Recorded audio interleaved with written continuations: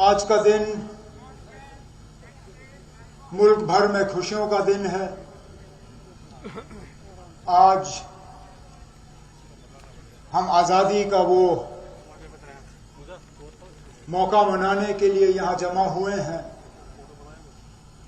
जिसके लिए सदियों ने कुर्बानियां दी।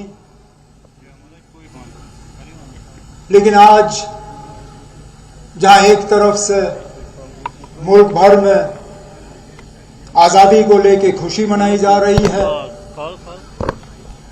वहां हमें इस बात का भी एहसास है कि जम्मू कश्मीर में, खासकर जम्मू में, कई सारे घरों में आज मातम होगा। कल किश्तवाड़ में बादल फटने पे जो अफसोसनाक सामया पेश आया, उसमें अभी तक हमारी जानकारी के मुताबिक लगभग कोई 60 के आसपास लोग अपनी कीमती जानें गंवा चुके हैं, 100 से ज्यादा जख्मी हैं और कई सारे लापता हैं जिनकी अभी पूरी तादाद हमारे सामने है नहीं। मैं अपनी तरफ से उन तमाम घरों को जिनके आज प्यारे लोग उनके बीच में से छीने गए, उन्हें ताज़ियत का इजहार करता हूं। उसके साथ साथ वो लोग जो जख्मी हुए उनके लिए दुआ करता हूं कि वो जल्द से जल्द पूरी तरह से सेहतियाब हों।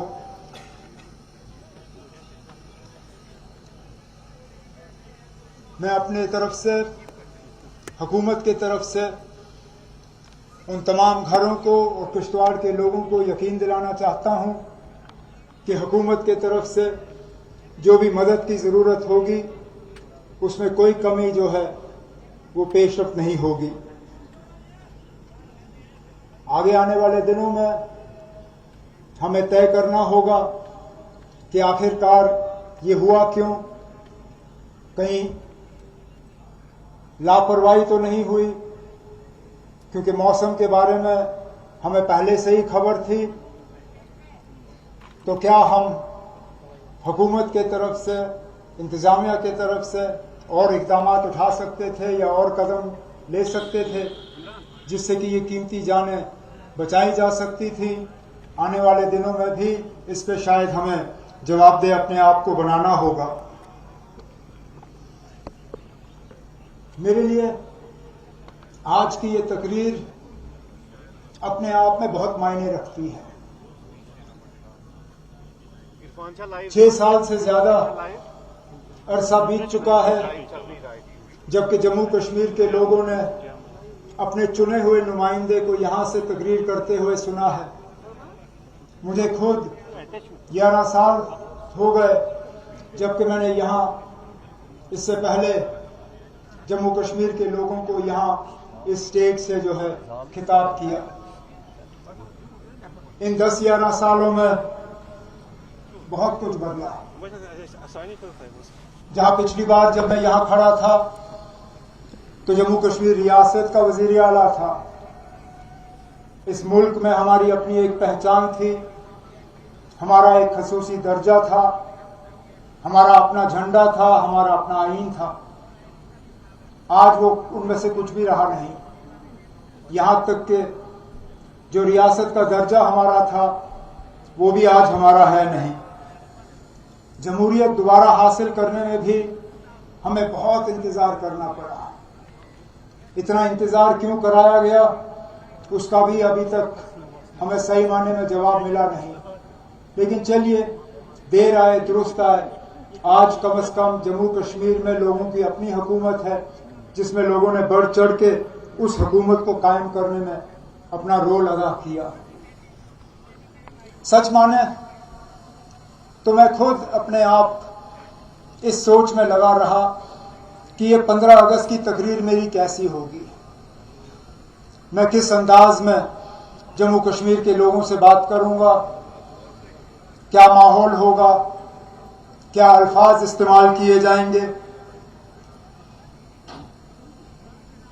एक चीज तो मैं जानता था कि शायद वो रूटीन तकरीर, वो नॉर्मल तकरीर, उसकी गुंजाइश कम ही नजर आ रही थी।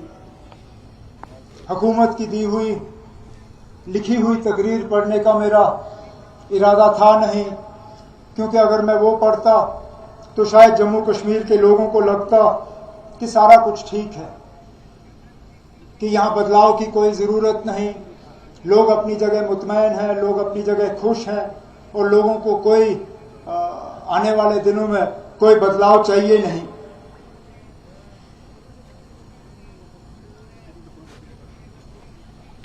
कुछ हमारे दोस्त और खैर खां जो हैं वो बार बार मुझे बताते रहे कि आप इस साल कुछ बदलेगा, इस साल ऐलान होगा, आप इंतज़ार करिए, 15 अगस्त को जम्मू कश्मीर के लिए दिल्ली से बड़ा ऐलान होगा।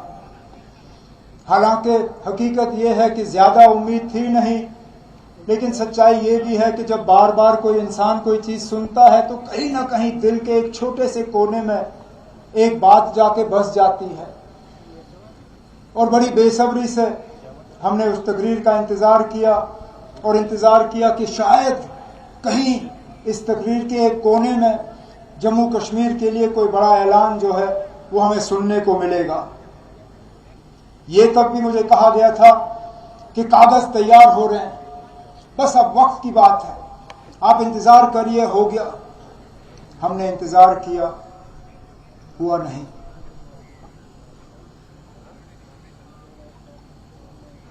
जहां मैं बार बार रोशनी की किरण की बात करता था, सच्चाई ये है कि उस रोशनी की किरण में थोड़ी सी अब कमी नजर आनी शुरू हो गई है। मैं अभी भी हार मानने के लिए तैयार नहीं हूं, मैं अभी भी बेबस नहीं हूं, मैं अभी भी इस बात को तस्लीम करने के लिए तैयार नहीं हूं कि जो है वही है और कुछ बदलेगा नहीं।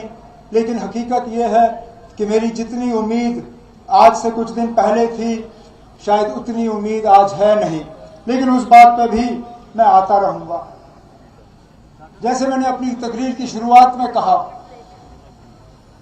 इन 11 सालों में जब से मैं यहां एक बार पहले खड़ा था और आज खड़ा हूं, बहुत कुछ बदला, बहुत तब्दीलियां आई और उन तब्दीलियों के पीछे सबसे बड़ा मकसद ये था कि जम्मू कश्मीर को बाकी मुल्क के साथ पूरी तरह से मिलाना है, जम्मू कश्मीर को बाकी मुल्क के साथ बराबरी का दर्जा देना है, जम्मू कश्मीर और बाकी मुल्क के साथ कोई फर्क नहीं होना चाहिए, जम्मू कश्मीर को हमने बेहतर बनाना है।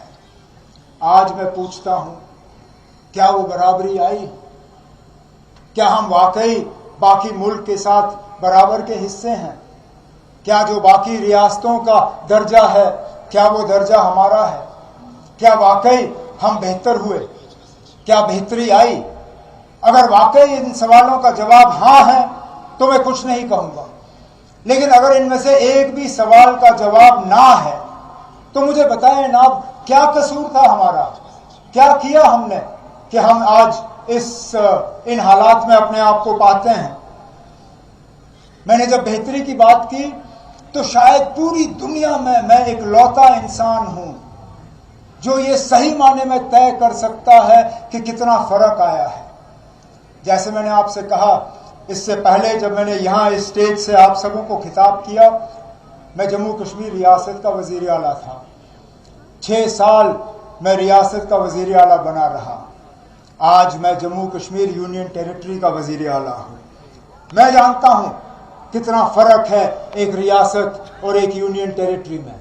मैं तो ये कहता हूँ कि यूनियन टेरिटरी चीफ मिनिस्टरशिप मैं किसी पे ना सोचूं, मैं चाहता हूँ कि किसी को भी ये हासिल ना हो कि वो यूटी विद असेंबली का जो है वज़ीर आला बने, क्योंकि इसमें परेशानियां और तकलीफों के अलावा बहुत कम नजर आता है। मैंने बार बार कहा है कि यहाँ पे ये जो है ये सिस्टम गवर्नेंस का, ये जो तरीक़ेकार अपनाया गया है गवर्नेंस का, ये कामयाबी के लिए नहीं है, ये नाकामयाबी के लिए है। It is a system that कागज़ पे ये बहुत अच्छा लगता है, लेकिन हकीकत में, असलियत में इसको जो है इसके बारे में जितना कम कहा जाए उतना बेहतर है। मैं जानता था ये मुश्किल होगा। मेरी तकरीर के बाद कुछ लोग शायद कहेंगे फिर आप आए क्यों? मेरी आंखें बंद नहीं थी। मुझे मालूम था कि ये हुकूमत जो है ये यूटी में बननी है। मुझे मालूम था कि ये इलेक्शन यूनियन टेरिटरी के इलेक्शन होंगे। मुझे पता था कि कुछ अरसे के लिए मुझे जम्मू कश्मीर का वजीर आला यूनियन टेरिटरी के हिसाब से रखना होगा बनिस्बत के रियासत के, लेकिन इतना मुश्किल होगा ये मुझे अंदाजा नहीं था। मुझे इस बात का अंदाजा नहीं था कि कैबिनेट के फैसले जो हैं कैबिनेट के मंजूरी के बिना तब्दील करने की कोशिश की जाएगी। मुझे इस बात का पता नहीं था कि कैबिनेट के फैसले जो हैं उनको रोक दिए जाएंगे, उन पर मंजूरी नहीं होगी, उनको कहीं डब्बे में बंद किया जाएगा और भुला दिया जाएगा। मुझे कम से कम इस बात का एहसास नहीं था। कभी कभी ऐसा लगता है कि ये हुकूमत, इसको अगर हम किसी और चीज के साथ इसकी हम बराबरी करें तो आप एक घोड़ा ले लीजिए, घोड़े की आगे की 2 टांगे बांधिए और फिर घोड़े से कहिए भागिए, वो घोड़ा चल पाएगा, यहां से वहां तक पहुंच पाएगा, लेकिन पहुंचने में बहुत तकलीफ का सामना करना पड़ेगा, बहुत मुश्किल से पहुंचेगा। और जिस तेजी और जिस रफ्तार से वो घोड़ा पहुंचना चाहेगा, जिस तेजी और जिस रफ्तार से वो घोड़ा पहुंच सकेगा, वो घोड़ा पहुंच नहीं पाएगा। हमारी भी यही हालत है। हमें हुकूमत दी गई है, हुकूमत में इख्तियारात हैं, लेकिन कहीं ना कहीं हमारे हाथ जो है हमारे पीठ पीछे बांधे गए हैं। लेकिन इसके बावजूद अगर मैं ये कहूं कि हमने कुछ नहीं किया, गलत होगा। अगर कोई ये कहे कि ये 10 महीने हमने जाया किए, गलत होगा। हमने आते ही जम्मू कश्मीर की असेंबली में जम्मू कश्मीर के खसूसी दर्जे को दोबारा कायम करने के लिए एक रेजोल्यूशन जो है असेंबली से मंजूर कराया। हमने जम्मू कश्मीर को दोबारा रियासत का दर्जा मिले, उसके लिए हमने कैबिनेट की मंजूरी एक रेजोल्यूशन पास कराया। हमने बजट के तहत जम्मू कश्मीर के लोगों के लिए कुछ ऐसे फैसले लिए जिनसे उनकी रोजमर्रा की जिंदगी में बेहतरी आई, चाहे वो तालीम को लेके हो, चाहे वो सेहत को लेके हो, चाहे वो सोशल वेलफेयर को लेके हो, चाहे वो ट्रांसपोर्ट को लेके हो, चाहे वो टूरिज्म को लेके हो, चाहे वो एग्रीकल्चर को लेके हो, जो भी महकमा हो हुकूमत का, हमारी कोशिश रही कि जितने भी हमारे इख्तियारात हैं उनको सही तरीके से इस्तेमाल करके जम्मू कश्मीर के लोगों को कम से कम इस हुकूमत का जो है हम फायदा दिखाना शुरू करें। सर्दियों में जब भारी बर्फबारी के बाद बिजली का निजाम बिगड़ा तो शायद पहली मर्तबा ऐसी नौबत आई कि हुकूमत ने चंद घंटों के अंदर अंदर तमाम बिजली जो है वो दोबारा लोगों को फराहम की। इस साल गर्मियों में जब जम्मू में पानी की किल्लत रही, बिजली की किल्लत रही, तो हुकूमत ने फटाफट उसको दुरुस्त किया। यहाँ पे हमने ज़राअत को और बढ़ावा देने के लिए जो HADP का प्रोग्राम है उसकी जो आमदनी है, उसके लिए जो रकम ज़ाहिर करना था उसको हमने बढ़ा दिया। यहाँ के नौजवानों की बेरोजगारी कम हो, बेरोजगारी का खात्मा सरकारी मुलाजमत से नहीं हो सकता, ये हम सब जानते हैं, लेकिन गैर सरकारी मुलाजमत कायम करने के लिए क्या इकदाम उठाए जा सकते हैं, उसके लिए हमने एक नई स्कीम मिशन युवा के तहत जम्मू कश्मीर के नौजवानों के सामने रखा, जिसके हम मान के चलते हैं कि कम से कम 4 से 4.5 लाख हमारे नौजवान जम्मू के, कश्मीर के हमारे भाई, हमारे बहन जो हैं इज्जत की रोजी रोटी कमा सकेंगे। हमने अपने इलेक्टेड रिप्रेजेंटेटिव्स MLAs के हाथ मजबूत किए, हमने उनके इख्तियारात जो हैं उनको वापस लौटा दिए, उनकी कॉन्स्टिट्यूंसी डेवलपमेंट फंड उसमें इजाफा किया। जहां उनको 10 साल पहले 3 करोड़ रुपए मिलते थे अपने इलाके में खर्च करने के लिए, इस साल हमने 3 करोड़ से 4 करोड़ वो बढ़ा के उन्हें खुली छूट दी कि वो पैसा जो है लोगों के इस्तेमाल के लिए किया जाए। लेकिन कहीं ना कहीं ये निज़ाम जो है ये ठीक तरह से चल नहीं पाएगा। मैं लोगों को याद दिलाना चाहता हूं कि हमारी जो सुप्रीम कोर्ट है उन्होंने एक बहुत ही ऐतिहासिक और एक बहुत ही एक बहुत जरूरी फैसले में एक ट्रिपल चेन ऑफ अकाउंटेबिलिटी की बात की थी, मतलब जवाबदेही के तीन कदम। उसमें यह कहा गया था कि जो अफसर हैं, जो ब्यूरोक्रेसी है, वो हुकूमत को जवाबदेह होगी, जो हुकूमत है वो असेंबली या पार्लियामेंट को जवाबदेह होगी, और जो असेंबली या पार्लियामेंट है वो लोगों को जवाबदेह होगी। लेकिन जम्मू कश्मीर में कहीं ना कहीं ये ट्रिपल चेन ऑफ अकाउंटेबिलिटी जो है ये चली नहीं है। मैं आज असेंबली को जवाबदेह हूं, उसमें कोई शक नहीं है। मेरे मंत्री जो है, मेरे मिनिस्टर जो हैं, मेरे वजीर जो हैं, वो असेंबली को जवाबदेह हैं। असेंबली के मेंबरान जो हैं वो लोगों को जवाबदेह हैं, इसमें भी कोई शक नहीं है। लेकिन हमारे अफसर जो है वो हुकूमत को जवाबदेह नहीं है, या कम से कम इलेक्टेड हुकूमत को जवाबदेह नहीं है, इसमें भी इनकार नहीं किया जा सकता। तो कहीं ना कहीं जो हुकूमत, जो सुप्रीम कोर्ट ने लोगों के लिए और लोगों के फायदे के लिए ट्रिपल चेन ऑफ अकाउंटेबिलिटी की बात की थी, उसको अमली जामा पहनाने की जम्मू कश्मीर में अशद जरूरत है। आखिरकार हुकूमत चलती कैसी है? चुने हुए नुमाइंदे जो हैं वो प्रोग्राम बनाते हैं, वो प्लान बनाते हैं, वो एक खाका खींचते हैं, वो एक नक्शा बनाते हैं। लेकिन उस नक्शे को रंग भरने में काम किसका होता है? अफसरों का। आप माने तो हुकूमत का दिमाग जो है वो हुकूमत के इलेक्टेड लोग हैं, लेकिन हुकूमत के बाजू, हुकूमत के पैर जो हैं वो उनके अफसर हैं। अगर हुकूमत के दिमाग और सिर और पैर में और हाथ में ठीक तरह से कनेक्शन जुड़ा ना हो तो चल नहीं पाता। और इसलिए मैं बार बार इस चीज पे जोर देता हूं कि नया जम्मू कश्मीर जो है नया तब होगा जब इस नएपन में बेहतरी होगी। नयापन सिर्फ अपने आप में नया नहीं होता, यह नए का फायदा नया नहीं होता अगर सिर्फ आप लफ्ज इस्तेमाल करो। उस लफ्ज में मायने होनी चाहिए, उस लफ्ज में वजन होना चाहिए, उस लफ्ज में ताकत होना चाहिए, जो आज मैं अफसोस से कहता हूं वो ताकत है नहीं।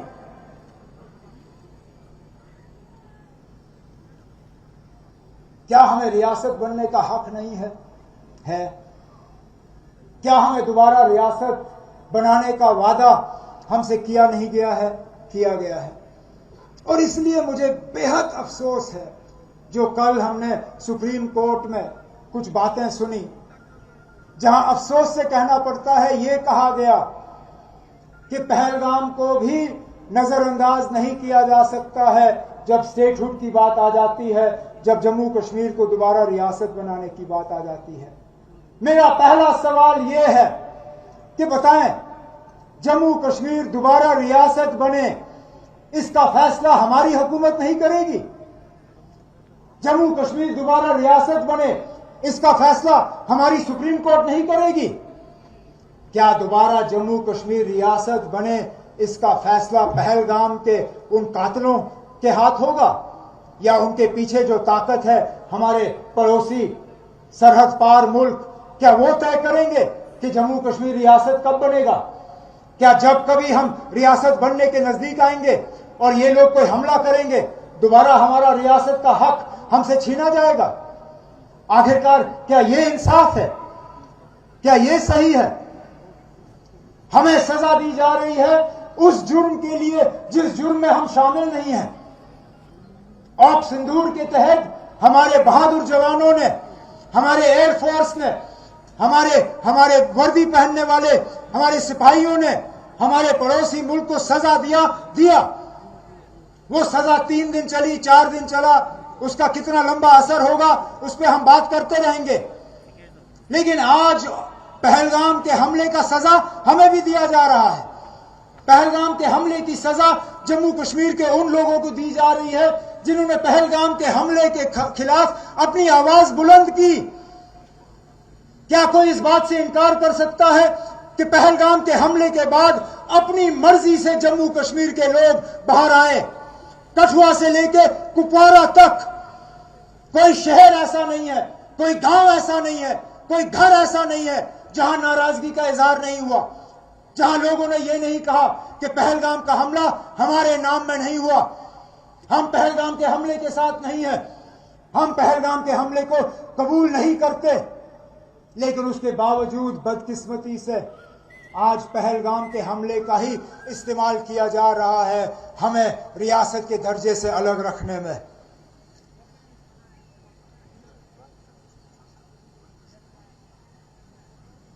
कहने के लिए तो मैं ये भी कह सकता हूं कि पहलगाम के हमले का कसूर इलेक्टेड हुकूमत का नहीं है।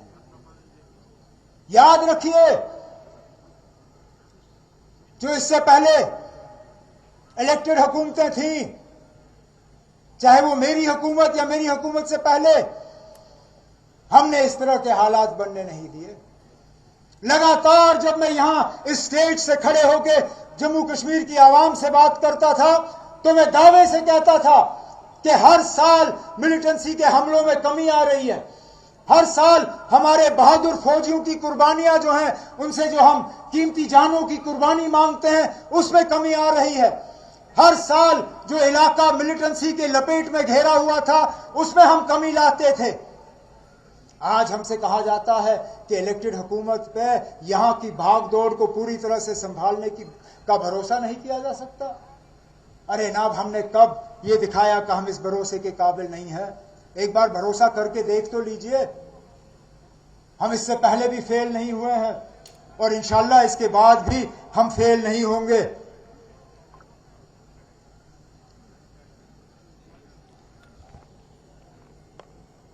मैं रियासत पे इसलिए जोर दे रहा हूं क्योंकि जम्मू कश्मीर के मुस्तकबिल को बदलने का पहला कदम वो है।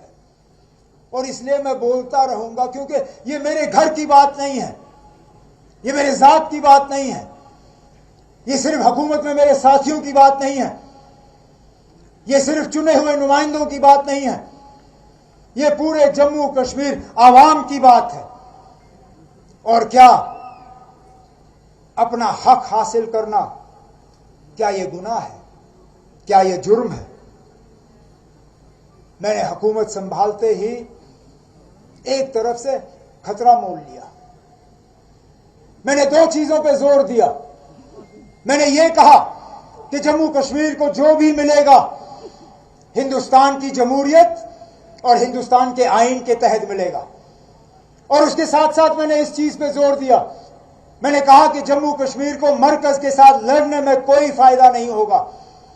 हम अगर कुछ हासिल करेंगे तो मरकज के साथ अच्छे ताल्लुकात कायम करके हासिल करेंगे। मुझे इसके लिए ताने सुनने पड़े, मेरा इसके लिए मजाक उड़ाया गया, यहां तक कि मैं मान के चलता हूं कि कुछ हद तक मुझे सियासी इसका खमियाजा भी भुगतना पड़ रहा है। लेकिन वो कीमत मैं अदा करने के लिए तैयार हूं क्योंकि मैं दिल से मानता हूं कि वाकई जो मैं कह रहा हूं सही कह रहा हूं। लेकिन ताली दो हाथ से बजती है, एक हाथ से नहीं। मैं बार बार ये कहूं कि जम्मू कश्मीर को सिर्फ और सिर्फ फायदा हिंदुस्तान की जमहूरियत में शामिल होकर होगा। जम्मू कश्मीर को सिर्फ फायदा मरकज के साथ बेहतर ताल्लुकात बना के होगा। अगर जमीनी सतह पे ये चीजें दुरुस्त साबित नहीं होती तो इसका आगे जाके खमियाजा सिर्फ मुझे नहीं भुगतना होगा, इसका खमियाजा जम्मू कश्मीर की जमहूरियत को भुगतना होगा, जो हमारे लिए बहुत भारी साबित होगा। लेकिन अब वक्त आ गया है, हमें दफ्तरों से बाहर निकल के अब अपनी आवाज उन दरवाजों तक पहुंचाना होगा जहां पे हमारे ये फैसले किए जा रहे हैं। हमने अभी तक चिट्ठियों के जरिए, रेजोल्यूशनों के जरिए, मुलाकातों के जरिए अपनी ये बात पहुंचाई है। अब हम अपनी बात जो है जम्मू कश्मीर के हर गांव से दिल्ली तक ये आवाज हम पहुंचाने जा रहे हैं। मेरा आज इरादा है, सुप्रीम कोर्ट ने हमें 8 हफ्ते दिए हैं। सुप्रीम कोर्ट ने कहा है कि 8 हफ्ते के अंदर, 8 हफ्तों के बाद जो है वो दोबारा इस मामले पे सुनवाई करेंगे। तो आज के बाद मैं और मेरे साथी बैठेंगे नहीं, मैं और मेरे साथी थकेंगे नहीं।